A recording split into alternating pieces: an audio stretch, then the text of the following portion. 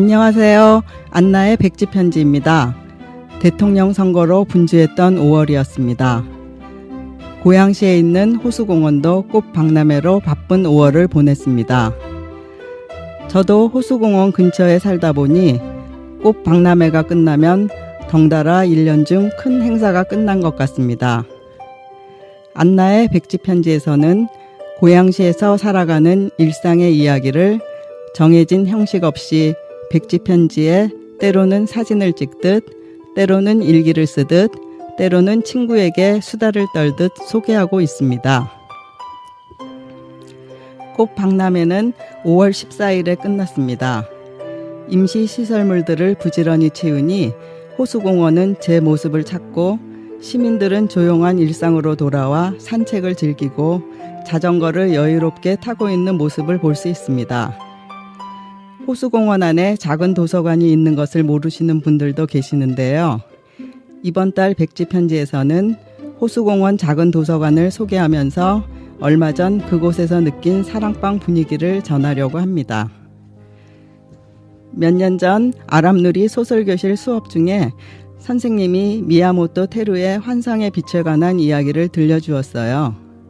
수업을 마치고 아람누리 도서관에 그 책을 빌리러 갔더니 책이 없었어요. 집에 오는 길에 호수공원 작은 도서관에 큰 기대 없이 들렀습니다. 뜻밖의 그곳에 책이 있어 작은 기쁨을 느꼈어요. 그 후 산책을 하다 집에 들어오는 길에 가끔 책을 빌리곤 했어요. 도서관이 작고 집에서 가깝다 보니 그저 책을 대출할 때만 이용을 했답니다. 그런데 꽃 박람회 시작 전날 팟캐스트 제작단 활동을 같이 하는 분한테 연락이 왔어요. 호수공원 작은 도서관에 영화 감독님이 오셔서 저녁 6시 반에 강의를 하니 시간이 되면 같이 가자고 했어요. 저는 10평 남짓한 작은 도서관에 몇 명이나 들어가 강의를 들을 수 있을까 생각했지만 시나리오에 관심이 있다 보니 급히 저녁을 먹고 작은 도서관으로 향했어요. 그곳에 들어서니 밥 먹는 인문학이라고 작은 현수막이 서가에 붙어 있었습니다. 20여 명이 이동식 의자에 옹기종기 앉아 강의 들을 준비를 하고 있었어요. 낯선 광경에 적응할 틈도 없이 강의가 시작되었습니다. 김명준 감독님이 김여령 작가의 우아한 거짓말이란 소설과 그것을 이한 감독이 영화로 만든 작품을 비교해가면서 열강해 주셨습니다.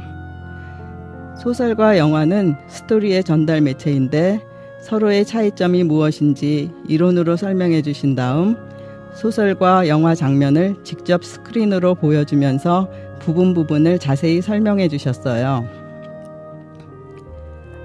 소설의 첫 부분을 스크린에 띄운 다음 강의를 들으러 온 몇 명에게 배역을 맡겨 읽게 했는데 엄마, 2딸 만지와 천지, 그리고 나레이션이었어요. 갑작스러운 상황 속에서 각자의 배역에 맞게 너무 잘 읽어서 속으로 놀랐어요. 소설을 짧게 읽은 후 그 장면이 영상으로 어떻게 시각화되었나 영화 장면으로 보았습니다. 소설로 묘사된 것과 영화로 표정 동작을 직접 보여줄 때를 비교해가면서 촬영하는 방법이나 영화적 기술에 대해 알려주셨는데 2시간 강의가 언제 지나갔는지 모르게 지나가 버렸습니다. 우아한 거짓말은 중3, 중1 2딸과 슈퍼에서 일하면서 씩씩하게 아이들을 키우는 엄마를 보여주면서 아빠 없이 살아가는 한 가정의 이야기로 시작됩니다. 그러나 중1 딸이 자살을 하면서 남겨진 2사람은 밝고 착했던 천지가 실상 마음속으로는 많이 아프고 외로웠던 것을 뒤늦게 알게 됩니다. 천지는 죽기 전에 간간히 자기의 내면을 들여내 보았지만 엄마와 언니는 심각하게 받아들이지 않았습니다. 어느 집에서나 있을 법한 이야기지요. 서로 바쁘다는 핑계로 서로의 이야기를 귀담아 듣지 않고 건성건성으로 대답해 버릴 때가 많지요. 저도 자식이 셋 있지만 딸 둘은 이미 출가를 해서 독립했고 아들과는 워낙 대화가 없다 보니 막상 자식에 대해 많이 아는 것 같지만 딱히 아는 것이 없는 것 같아요. 그날 영화의 한 꼭지꼭지들을 보면서 간간히 눈물을 훔치는 젊은 엄마를 보았습니다. 천지나 만지 또래의 아이를 키우는 엄마들은 피부로 더 와닿을 것 같았어요. 비단 젊은 엄마들이 아니라도 우리는 언젠가 사랑하는 사람들과 이별을 해야 하는 피할 수 없는 삶의 쓸쓸함과 직면해야 될 때가 있습니다. 저도 30년 전 엄마와 이별을 했을 때의 막막함을 생각하면 사랑이 기쁨만을 주는 것 같지 않습니다. 그 사랑을 잃었을 때의 상실감이나 슬픔을 생각하면 아직도 마음이 헛헛해져 옵니다. 지금도 8월 말쯤 불어오는 늦여름의 바람이 얼굴을 스치면 그 시기에 돌아가신 엄마와 조우를 하듯 시원하게 느껴져야 할 바람에 쓸쓸함이 느껴집니다.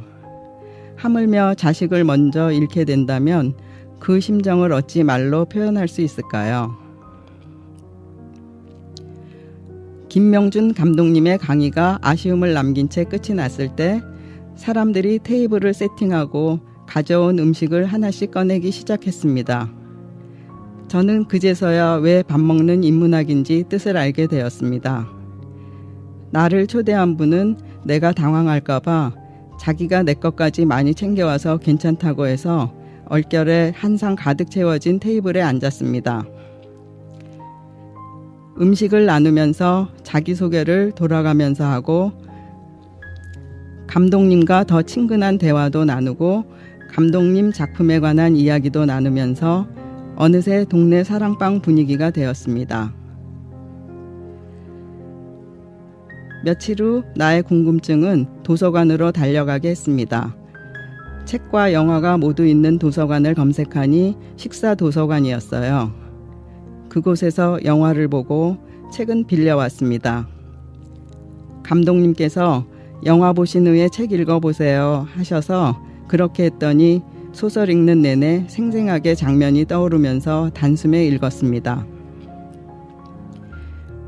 책을 읽는데 천지가 엄마에게 남긴 털실 뭉치 속에서 유서 같은 쪽지가 나오는 부분이 있는 페이지가 유달리 쭈글쭈글했습니다. 아마 많은 사람들이 울면서 책을 읽은 것 같았습니다. 행복한 가정은 모두 고만고만하지만 불행한 가정은 제각각의 다른 모습으로 불행을 안고 있다. 라는 톨스토이의 소설 안나 카레리나의 첫 문장이 생각납니다. 철없던 시절 준비 안 된 엄마로서 자식들을 키웠던 일을 뒤돌아보니 아이들에게 사랑의 눈맞춤을 하지 않고 숙제하듯 키웠던 것 같아 늦은 후회가 됩니다. 내 아이들은 손주들을 많이 사랑해주면서 키웠으면 좋겠어요. 오늘은 루먼스의 시 한 편을 소개하고 싶습니다. 지금까지 안나의 백지편지 6번째 이야기였습니다. 만일 내가 다시 아이를 키운다면. 다이아나 루먼스. 만일 내가 다시 아이를 키운다면 먼저 아이의 자존심을 세워주고 집은 나중에 세우리라. 아이와 함께 손가락 그림을 더 많이 그리고 손가락으로 명령하는 일은 덜 하리라. 아이를 바로 잡으려고 덜 노력하고 아이와 하나가 되려고 더 많이 노력하리라. 시계에서 눈을 떼고 눈으로 아이를 더 많이 바라보리라. 만일 내가 다시 아이를 키운다면 더 많이 아는데 관심을 갖지 않고 더 많이 관심 갖는 법을 배우리라. 자전거도 더 많이 타고 연도 더 많이 날리리라. 들판을 많이 뛰어다니고 별들을 더 오래 바라보리라. 더 많이 껴안고 더 적게 다투리라. 도토리 속에 떡갈나무를 더 자주 보리라. 덜 단호하고 더 많이 긍정하리라. 힘을 사랑하는 사람으로 보이지 않고 사랑의 힘을 가진 사람으로 보이리라.